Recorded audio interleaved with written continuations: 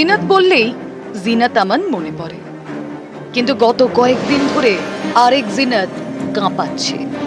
এই জিনাত বাঘিনী। ভিতরে যাবেন না, ভিতরে যাবেন না। পুরুলিয়ায় বাঘ, জঙ্গলের মধ্যে কার উপর নজর রাখছে কে জানে। বাঘিনী জিনাতের ভয় কাঁটা পুরুলিয়ার বান্দোয়ান। বাড়ির বাইরে বেরোতেই অনেকের বুক কাঁপছে।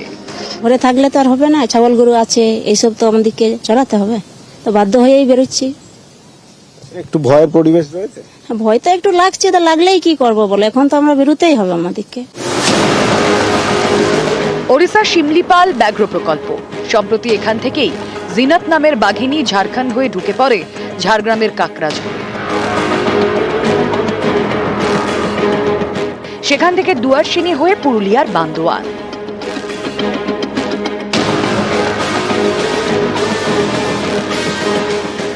রেডিও কলার ট্র্যাক করে বন দপ্তর জানতে পেরেছে বাঘিনী জিনাত রয়েছে বান্দোয়ানের রায়কা পাহাড়ে।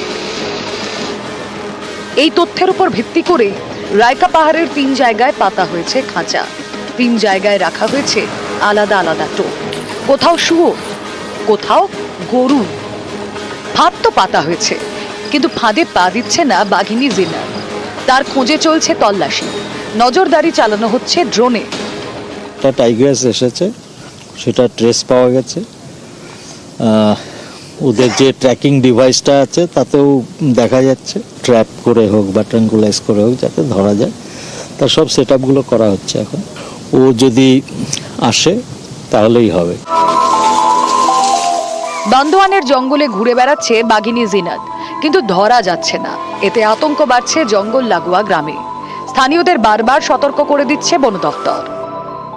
আমাদের দায়িত্ব জনগণকে সতর্ক করা যাতে কোনো কেউ মানুষজন জঙ্গলে যেন না ঢুকে। ভিতরে যাবেন না, ভিতরে যাবেন না, বাইরে চল। যেখানে বাঘের ভয় সেখানে স্কুল বন্ধ হয়। সোমবার বান্দোয়ানের উদলবনি প্রাইমারি স্কুল বন্ধ।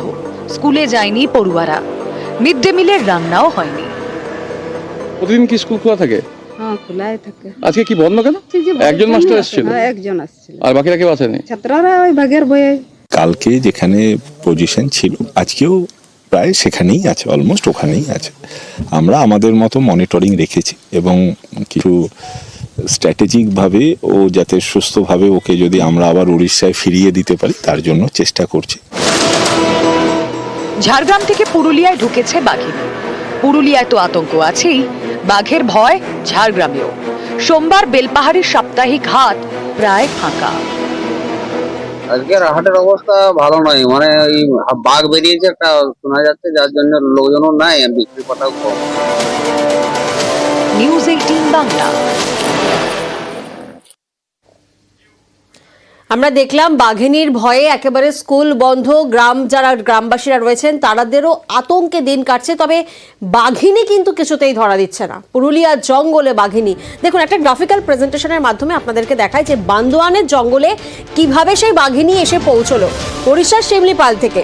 সেখান থেকে বাঘিনী জিনাত সে রওনা দেয়, সে বেরিয়ে আসে এবং তারপরেই কাকড়াঝোড় হয়ে, অর্থাৎ ঝাড়গ্রামের কাকড়াঝোড় হয়ে দুয়ারসিনী পর্যন্ত পৌঁছয় এবং সেখান থেকেই কিন্তু বান্দোয়ানের জঙ্গলে বাঘিনী পৌঁছে যায়, যে বাঘিনীকে ধরতে আজও তৎপর বন দফতর। দেখুন, বন দপ্তরের তরফ থেকে একেবারে যুদ্ধকালীন পরিস্থিতিতে তৎপরতা নজরে আসছে। বাঘের জন্য টোপ দিয়ে ফাঁদ করা হয়েছে, মোষ ছাগলের টোপ দিলেও এখনো কিন্তু তা ছুঁয়েও দেখেনি বাঘিনী জিনাত। শুধু এখানেই শেষ নয়, ঘুমপাড়ানি গুলি নিয়েও কিন্তু রাতভর জঙ্গলে অপেক্ষায় ছিলেন বনকর্মীরা। প্রতিনিধি ইন্দ্রজিৎ এই মুহূর্তে আমাদের সঙ্গে রয়েছেন। ইন্দ্রজিৎ, আমরা দেখছি একেবারে জিনাত জুজুতে কাঁপছে পুরুলিয়া, বিভিন্ন জায়গা সেখানকার স্কুল বন্ধ, যে গ্রামবাসীরা রয়েছে তাদের আতঙ্কে তারা প্রহর গুনছে। এদিকে বন দপ্তরের তরফ থেকেও তো বিভিন্ন পদক্ষেপ নেওয়া হচ্ছে। আজ সকালের ছবিটা কি? ফার্দার কোনো লোকেশন ট্র্যাক করা সম্ভব হয়েছে? দেখো প্রিয়াঙ্কা, রাইকা জঙ্গলে ঠিক একই জায়গায় রয়েছে বাঘিনী এবং তার যে রেডিও কলারের মাধ্যমে যে তার লোকেশন জানা গিয়েছিল সেই একই জায়গায় রয়েছে সে। এবং একটা অন্য চিত্র দেখা গেল একেবারে রাইকার গভীর জঙ্গলে। আমরা এতদিন দেখে এসেছি যে খাঁচার মধ্যে বাঘ থাকে, রাইকার জঙ্গলে বনকর্মীরা রয়েছে খাঁচার মধ্যে একেবারে ট্রাঙ্কুলাইজার নিয়ে, অন্যদিকে বাঘ রয়েছে একেবারে জঙ্গলে।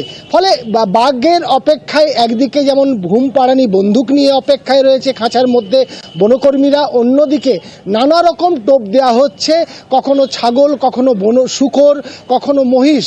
ফলে এই খাবারে বা এই মেনুতে একেবারেই না পছন্দ একেবারেই বাঘিনীর। তার কারণ খাঁচা থেকে বেরিয়ে যাওয়ার পরে তিনি বা এই বাঘিনী অনেক চতুর হয়ে গেছে, এতেই সমস্যা পড়ছে, চাপ বাড়ছে বন দপ্তরে। তারা নাজেহাল হয়ে গেছে, দুই রাজ্যের বন দপ্তরের কর্মীরা বিভিন্ন দল হয়ে রাইকার জঙ্গলে খোঁজ চালাচ্ছে, তার অপেক্ষায় রয়েছে, ঘুম পাড়ানি বন্দুক নিয়ে অপেক্ষায় রয়েছে।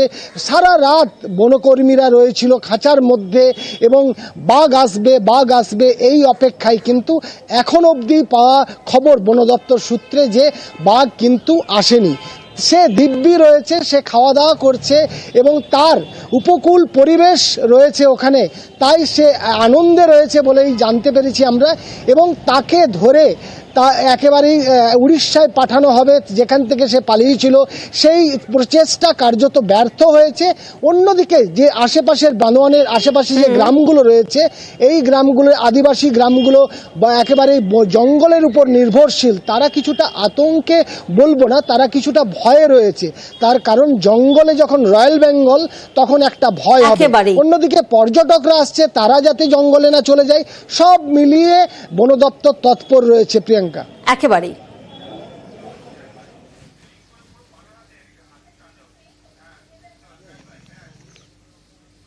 আমরা দেখলাম একদিকে বান্দোয়ানের জঙ্গলে সেখানে বাঘিনীকে ধরতে একেবারে তৎপর বন দফতর, অন্যদিকে বানারহাট সেখানে আবার লোকালয়ে হাতির তাণ্ডব।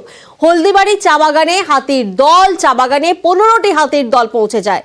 মরাঘাট জঙ্গল থেকে চা বাগানে হাতির দল, বাজি পুড়িয়ে হাতি তাড়ানোর চেষ্টা শ্রমিকদের। যে ছবি আপনারা দেখছেন, সাত সকালের চা বাগানে হাতির দল দেখে হুলস্থুল পড়ে গেল বানারহাটের হলদিবাড়ি চা বাগানে।